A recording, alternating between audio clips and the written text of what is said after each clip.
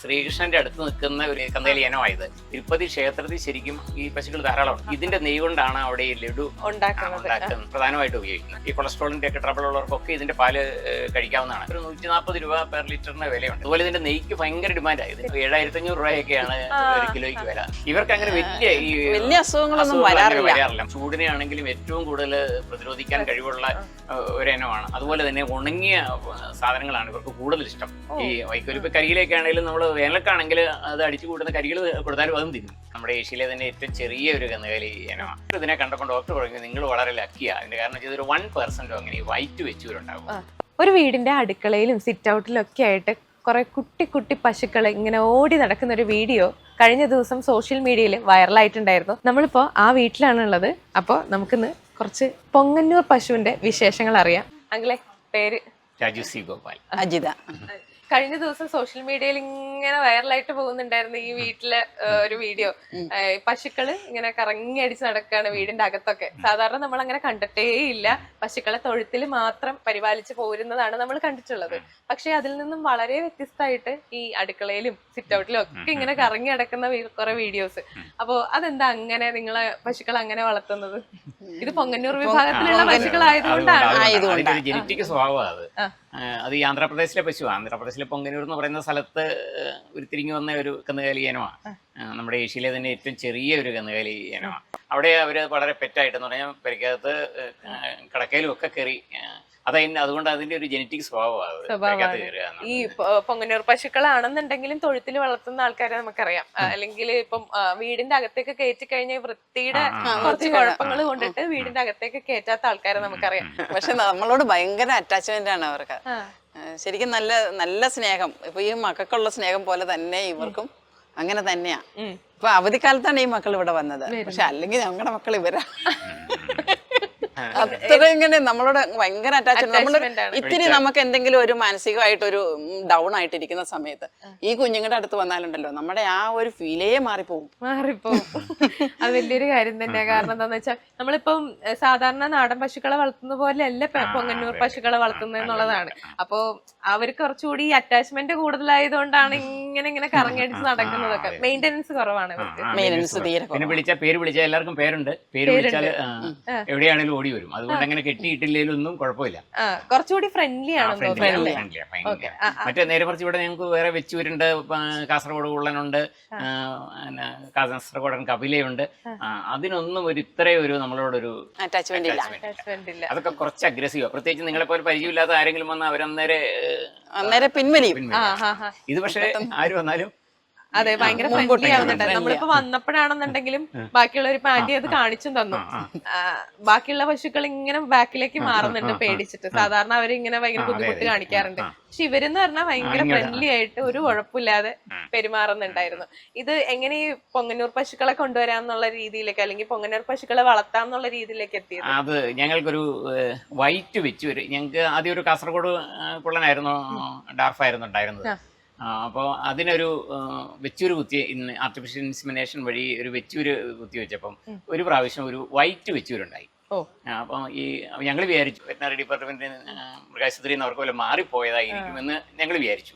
അപ്പൊ അങ്ങനെ അത് ഇച്ചിരി വലുതായപ്പോഴാണ് ഈ തൊടുപുഴയിൽ നിന്നൊരു വെറ്റനറി ഡോക്ടർ ഇവിടെ വന്നു പശുവിന്റെ എന്തോ ഒരു അത്യാവശ്യത്തിന് വേണ്ടി. അപ്പൊ ഈ ഡോക്ടർ ഇതിനെ കണ്ടപ്പോൾ ഡോക്ടർ പറഞ്ഞു നിങ്ങൾ വളരെ ലക്കിയാണ്. അതിന്റെ കാരണം ഇതൊരു 1% അങ്ങനെ ഈ വൈറ്റ് വെച്ചൂരുണ്ടാവും.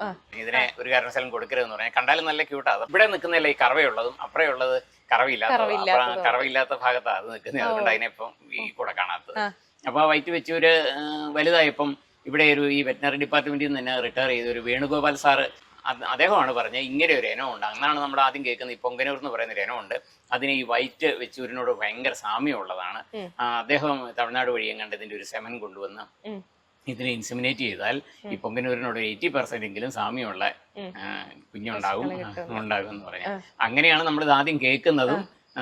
അപ്പോൾ സാർ അങ്ങനെ പറഞ്ഞപ്പോൾ സാറുമായിട്ട് നല്ല പരിചയമുള്ള ആയിരുന്നുകൊണ്ട് സാറിനോട് അങ്ങനെ കൊണ്ടുവരാൻ പറഞ്ഞ് അങ്ങനെ ഇൻസിമിനേറ്റ് ചെയ്താണ് ഈ നമുക്ക് പരിചയപ്പെടാൻ ഇടവന്നത്. ഇപ്പൊ ആന്റി ഇവ സംസാരിച്ചപ്പോഴത്തേനും പറഞ്ഞിട്ടുണ്ടായിരുന്നു ഇവരില്ലാത്ത സമയത്ത് ഞങ്ങൾക്ക് ഇവരാണ് മക്കള് എന്നുള്ളത്. അപ്പൊ ഈ പശുക്കളെ വളർത്താൻ തുടങ്ങിയത് രണ്ടുപേരും കൂടെ എന്താ പറയാ ജോലിയൊക്കെ കഴിഞ്ഞു കഴിഞ്ഞിട്ട് കുറച്ച് ഒഴിവ് സമയങ്ങളൊക്കെ ഇരിക്കുമ്പോ നോക്കാനും പരിപാടികൾ അതിനു വേണ്ടിയിട്ടാണ്. പിന്നെ നമുക്ക് കൃഷിക്ക് ആവശ്യത്തിനുള്ള ചാണകം കിട്ടണം. അങ്ങനെയായിരുന്നു ആദ്യം തുടങ്ങുന്നത്. നമ്മൾ തുടങ്ങിയത് എങ്ങനെയാണെന്ന് ചോദിച്ചാൽ, ആദ്യം ഞങ്ങള് പെൻഷൻ ആയി കഴിഞ്ഞപ്പം ഞങ്ങൾക്ക് സാധാരണ പെൻഷൻ ആയി കഴിയുമ്പോൾ ഇനി എന്നാ ചെയ്യേണ്ടതെന്ന് ആൾക്കാർക്കൊരു സ്വാഭാവികതയുണ്ട്.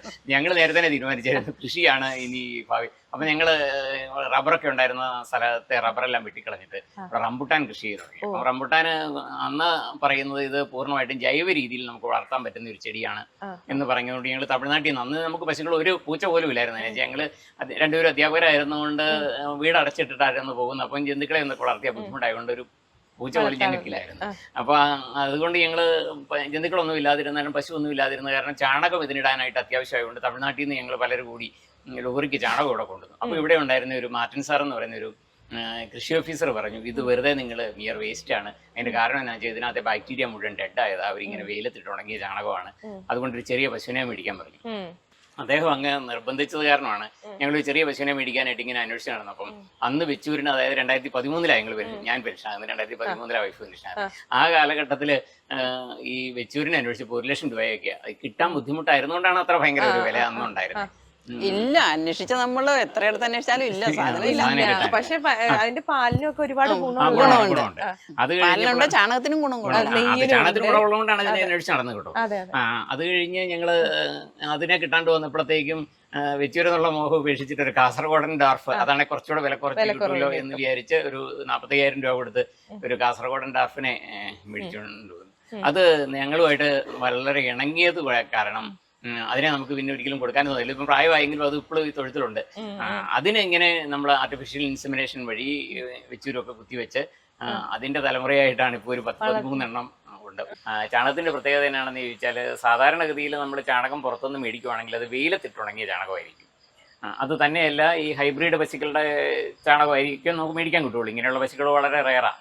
അപ്പോൾ ഈ പശുക്കളുടെ 100 ഗ്രാം ചാണകത്തിനകത്ത് 300 മുതൽ 500 കോടി ഈ റൈസോ ബാക്ടീരിയകൾ എന്ന് പറഞ്ഞാൽ ചെടിക്ക് ശരിക്കും വളങ്ങൾ വലിച്ചെടുക്കണമെന്നുണ്ടെങ്കിൽ ചെടിയുടെ വേരുമായിട്ട് ബന്ധപ്പെട്ട് വളരെ പ്രയോജനകാരികളായ കുറച്ച് ബാക്ടീരിയകൾ, റൈസോ ബാക്ടീരിയകൾ എന്ന് പറയും. അങ്ങനെ റൈസോ ബാക്ടീരിയകൾ ഇതായിട്ട് അസോസിയേറ്റ് ചെയ്ത് വേണം. ആ പ്രയോജനകാരികളായ ബാക്ടീരിയകൾ ഇതിന്റെ ചാണകത്തിനകത്ത് 300 മുതൽ 500 കോടി വരെ ബാക്ടീരിയകളുണ്ട്. ഹൈബ്രിഡ് പശുക്കൾക്കാണെങ്കിൽ അത് 70 ലക്ഷം 80 ലക്ഷം അങ്ങനെയുണ്ട്. അപ്പൊ അത്രമാത്രം വ്യത്യാസമുണ്ട്. അതുകൊണ്ടാണ് ചാണകവും ഇതിന്റെ മൂത്രവും ഞങ്ങൾ പ്രധാനമായിട്ടും നമ്മുടെ ഈ റംബുട്ടാനൊക്കെ അതിന്റെ ഇനിഷ്യൽ സ്റ്റേജിൽ ഈ ജൈവ രീതി തന്നെ വളർത്തുമ്പം ഇതിന്റെ ചാണകം ഉപയോഗിച്ച് അതിന്റെ മൂത്രം ഉപയോഗിച്ച് ജീവാമൃതം ഉണ്ടാക്കി ഒഴിക്കുവാണെങ്കിൽ നമ്മൾ നോക്കി നിൽക്കുമ്പോഴത്തേക്ക് ചെടികൾ രാസവളം ഇടുന്നേക്കാളും ഒക്കെ നല്ല ഭംഗിയായിട്ട് വളരും. 3-ാം ദിവസം ചെടിയുടെ വ്യത്യാസം നമുക്ക് കണ്ടാൽ മനസ്സിലാവും. അത്ര വ്യത്യാസം വരും ജീവാമൃതം ഉണ്ടാക്കി കഴിച്ചു കഴിഞ്ഞാൽ. ഈ ഭാവിയിൽ ഇപ്പം പലയിടത്തും ഇപ്പം ഈ കഴിഞ്ഞ ദിവസമൊക്കെ പല കൃഷി മാസികയിലും കണ്ടായിരുന്നു ഇതിന്റെ ചാണകം ഒക്കെ 100 രൂപ കിലോയ്ക്ക്, 50 രൂപയ്ക്കും 100 രൂപയ്ക്കും ഇടയ്ക്ക് അത് മെഷീൻ ഉപയോഗിച്ച് ഉണങ്ങി പൊടിച്ച് പാക്ക് ചെയ്ത് അങ്ങനെ മാർക്കറ്റ് ചെയ്യുന്നുണ്ട്. നമുക്കിപ്പം കൃഷി ഇച്ചിരി വ്യാപകമായിട്ടുള്ളത് കൊണ്ട് ഞങ്ങൾ പുറത്ത് കൊടുക്കുന്നില്ലെന്ന് മാത്രമേ ഉള്ളൂ. ഞങ്ങൾ പ്രധാനമായിട്ടും ചെയ്യുന്നില്ലെന്ന് വെച്ചാൽ, ഞങ്ങൾ പെൻഷനായി പിന്നെ ഞങ്ങളിവിടെ LPG ഗ്യാസ് മേടിച്ചിട്ടേ ഇല്ല. ഇതിൻ്റെ തന്നെ ബയോഗ്യാസ് ഉണ്ടാക്കിയ ബയോഗ്യാസും കൊണ്ടാണ് മൊത്തം പാചകവും എല്ലാ കാര്യങ്ങളും വീട്ടിൽ ചെയ്യുന്നത്. കുറേ മിച്ചം വരുന്നത് ഞങ്ങൾ വൈകുന്നേരം കുറച്ച് ചൂടുവെള്ളത്തിലൊന്നും കുളിക്കുന്ന ശീലം ഇല്ലെങ്കിൽ പോലും കുറച്ച് വെള്ളം ഉണ്ടാക്കി ഈ ഗ്യാസ് കുറേ നേരം അതിനകത്ത് നിന്നാൽ സ്റ്റോർ ചെയ്യാൻ പറ്റിയല്ല. അതുകൊണ്ട് ഇത് ഡൈജസ്റ്റ് ചെയ്യുന്നതിന് മുമ്പേ ചാണകം പുറത്തേക്ക് വരും. ഇപ്പോൾ ഒരു 10-40 ദിവസം ഇതിനകത്ത് ഈ സ്ലറി ടാങ്കിനകത്ത് ഈ ചാണകം കിടന്നാണ് ശരിക്കും ഡൈജഷൻ ആകുന്നത്. അങ്ങനെ ആ ചാണകം ഞങ്ങൾ ആ ജീപ്പയിൽ ഒരു വീപ്പ വെച്ച് അതിനകത്ത് ഫില്ല് ചെയ്തിട്ട് ചെടിയുടെ ചോട്ടിൽ കൊണ്ടായി ഒഴിക്കും. അപ്പോൾ ചെടിയുടെ നമ്മുടെ തോട്ടത്തിൽ എല്ലായിടത്തൂടെ ഈ വണ്ടി പോകാവുന്ന പോലെ സൗകര്യം ഉണ്ടാക്കിയിട്ടുണ്ട്. അപ്പോൾ അതിനോടൊപ്പം തന്നെ ഈ കുറച്ച് ഇതിൻ്റെ പച്ച ചാണകത്തിനാണ് ഈ ബാക്ടീരിയ ഏറ്റവും കൂടുതലുള്ളത്. അപ്പോൾ ആ സ്ലറി ഒഴിക്കുന്നതോടൊപ്പം ഒരു ബക്കറ്റ് അതിൻ്റെ ഏറ്റവും ഫ്രഷ് ആയിട്ടുള്ള ചാണകം കൂടെ കൊണ്ടിടും. അത് ഈ ബാക്ടീരിയ ഒന്ന് ചെടിക്ക് നന്നായിട്ട് മണ്ണിലുണ്ടാവാൻ വേണ്ടി കൂടെ കൂടിയാണ്. നമ്മൾ ഇതിന് പാലൊന്നും കൊടുക്കുന്നൊന്നുമില്ല. പാല് നമ്മുടെ ആവശ്യം കറന്നെടുത്തിട്ട് ബാക്കിയുള്ളത് ഈ കിടാക്കളെ കുടിപ്പിക്കുക. അതുകൊണ്ടാണ് ഇവരെല്ലാം ഇങ്ങനെ നല്ല ക്യൂട്ടായിട്ടും നല്ല നിൽക്കുന്നത്. സാധാരണ എല്ലാവരും ഈ പശു വളർത്തുന്നത് തന്നെ ചാണകത്തിന്റെ പർപ്പസിന് വേണ്ടിയിട്ട് ആരും അധികം അങ്ങനെ വളർത്താറ് കുറവായിരിക്കും. വളർത്തുന്നവരുണ്ട് ഉണ്ട്, പക്ഷെ പാല് എടുക്കുക എന്നുള്ള ഒരു പർപ്പസിന് വേണ്ടിയിട്ടാണ് ആളുകൾ അത് വളർത്തുക. ചാണകത്തിന് വേണ്ടിയിട്ട്. അതെ അതെ അതെ അതെ.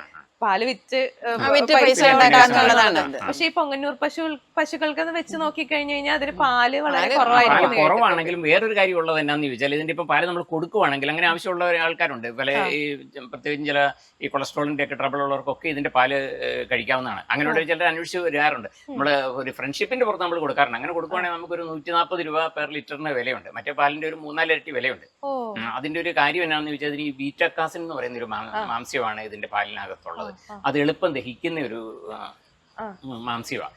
അപ്പൊ അത് ഈ കൊളസ്ട്രോളിന്റെ ഒക്കെ ട്രബിൾ ഉള്ളവർക്കും ഇതിന്റെ പാല് കഴിക്കാം.